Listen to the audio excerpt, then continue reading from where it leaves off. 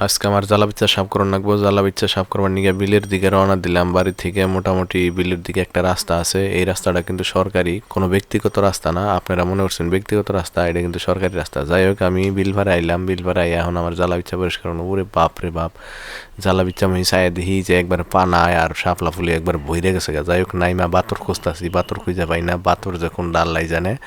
যাই হোক, বাতর অনেক খোঁজাখুঁজির পর পাইছি। পাইয়া এখন বাতর সোজা একটা হুতা টানাইতেছি। হুতা টানাইয়া হুতা গাইরা তারপরে বাতর সমান কইরা পরে আমি পরিষ্কার করবো। এনে কিন্তু আমার চাচা জাডাগরও খেত আছে, হেরাও পরিষ্কার করবো। হেরা পরিষ্কার করে হেরাও জ্বালা ফালাবো। যাই হোক, আমি আমার আনি পরিষ্কার করে থুয়ে গেতেছি। হেরা কবে পরিষ্কার করবো জানি না, যেদিন করে করবো নি। কি পরিমাণ পানা হয়েছে আনারা চাই দেখুন। প্রতি বছরই কিন্তু আঙ্গরে করে পানা পরিষ্কার করে নেয়। খালি পানা থাকলে তো চলে, শাপলা ফুল গাছ হয়ে বোঝাই জায়গা। আপনারা দেখতেছেন যে শাপলা ফুল গাছ দেখা গেছে। শাপলা ফুল গাছ কিন্তু পরিষ্কার করতেছি আমি, সেই সাথে পানাও পরিষ্কার করতেছি। যাই হোক, পূব সাইড দিয়ে আগে বাতর সই করে পরিষ্কার করে নিতেছি। এরপরে আবার পশ্চিম সাইড দিয়ে বাতর সই করে হুতা টানাইয়া পরে পরিষ্কার করবো।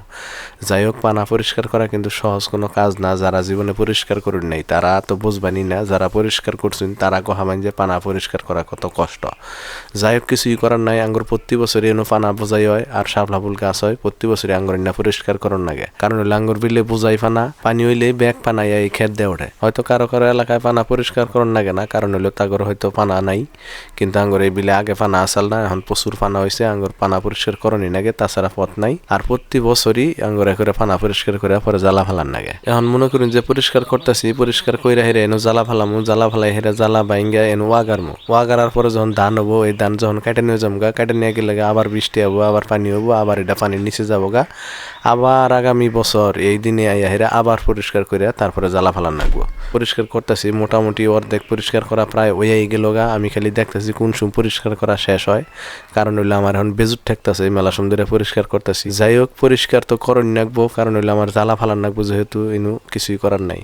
গ্রামে দেখুন কীরকম কর্মব্যস্ততা থাকে, সবাই যার যার কাজে ব্যস্ত থাকে। আমি আমার জ্বালা বিচ্ছা সাফ করতেছি আর ওরা আইসে জাংলা দিবেন নিকা।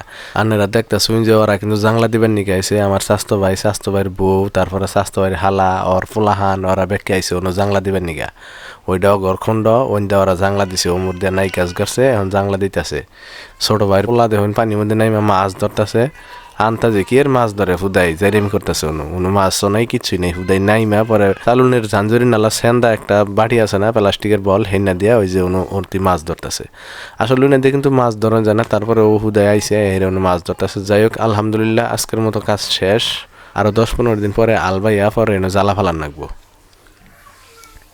তো সবাই আমার জন্য দোয়া করবেন, আল্লাহ জানি শরীরটা সুস্থ রাখে, ভালো মতো জানি কাম কাজ করে খাহাই, হালাল পথে জানি চলা হাই।